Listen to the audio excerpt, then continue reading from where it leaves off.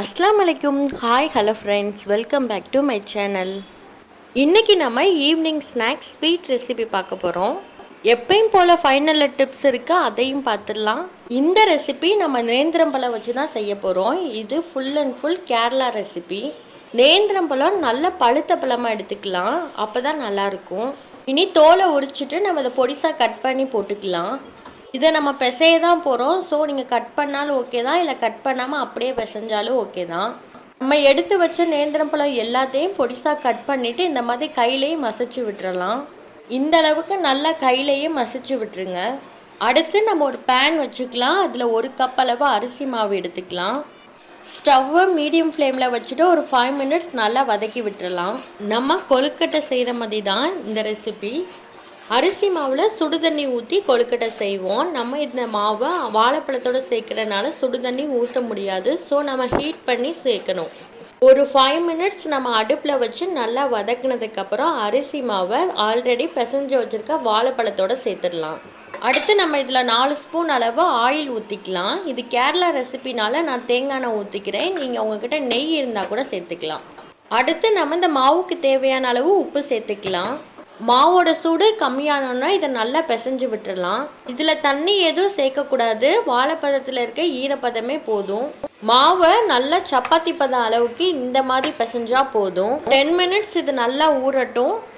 அதுக்குள்ளே நம்ம stuffing ready பண்ணிடலாம். அதுக்கு ஒரு பேனில் நெய் இல்லைன்னா தேங்காய் எண்ணெய் ஊற்றிக்கோங்க. ஊற்றிட்டு பாதாம் முந்திரியை பொடிசாக கட் பண்ணி வச்சுருக்கேன், அதை சேர்த்து வதக்கி விட்டுறலாம்.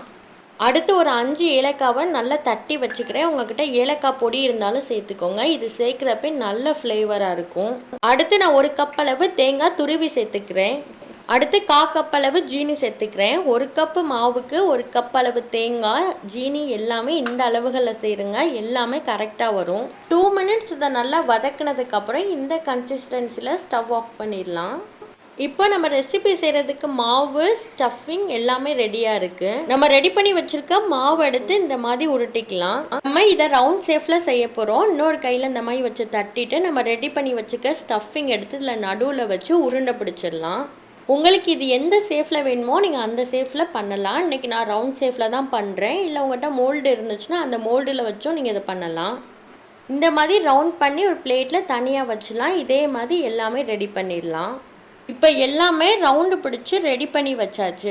அடுத்து ஒரு இட்லி பாத்திரத்தில் தண்ணி சூடு பண்ணிவிட்டு எல்லாத்தையும் அதில் வச்சிடலாம். ஒரு 10 மினிட்ஸ் நல்லா இட்லி பாத்திரத்தில் இது வெந்ததுக்கப்புறம் எடுத்துக்கலாம். நீங்கள் நார்மலாக கொழுக்கட்டை பண்ணுற மெத்தடில் தான் செய்கிற மாதிரி இருக்கும். இனி இதை மூடி போட்டு ஒரு 10 மினிட்ஸ் நல்லா வேக விட்டுடலாம். 10 மினிட்ஸ் நல்லா வெந்ததுக்கப்புறம் வேறு பிளேட் மாற்றி நீங்கள் சர்வ் பண்ணிங்கன்னா நம்மளோட ஹெல்த்தியான கொழுக்கட்டை ரெசிபி ரெடி ஆயிடுச்சு. கண்டிப்பாக கொழுக்கட்டை கேரளா ஸ்டைலில் இந்த மாதிரி டிஃப்ரெண்ட்டாக செஞ்சு பாருங்கள். ரொம்ப ஹெல்த்தியாகவும் இருக்கும். குழந்தைங்களுக்கு கொடுக்க ரொம்ப ஹெல்த்தியாக இருக்கும். இன்றைக்கி நம்ம நேந்திரம்பழம் பற்றி தான் டிப்ஸ் பார்க்க போகிறோம். உங்களுக்கு அல்சர் ப்ராப்ளம் இருந்துச்சுன்னா நீங்கள் நேந்திரம்பழத்தை டெய்லி சாப்பிட்டு வர்றதுனால உங்களுக்கு குடலில் இருக்க புண்ணு ஆறும். அதோட குடலில் மென்மைப்படுத்துறதோட பசியையும் நல்லா தூண்டும். நேந்திரம்பழத்தில் பொட்டாசிய சத்து அதிகம் இருக்கிறதுனால டெய்லியும் நீங்கள் காலையில் சாப்பாடு சாப்பிட்டுட்டு 1 மணி நேரம் கழித்து நேந்திரம்பழம் சாப்பிட்றதுனால இதயத்துக்கு ரொம்ப நல்லது. அதோட கெட்ட கொழுப்பையும் நீக்கும். இந்த வீடியோ டிப்ஸ் உங்களுக்கு பிடிச்சிருந்துச்சுன்னா மறக்காமல் நம்ம சேனலை சப்ஸ்கிரைப் பண்ணிவிட்டு பெல் பட்டனையும் கிளிக் பண்ணிடுங்க. தேங்க்யூ.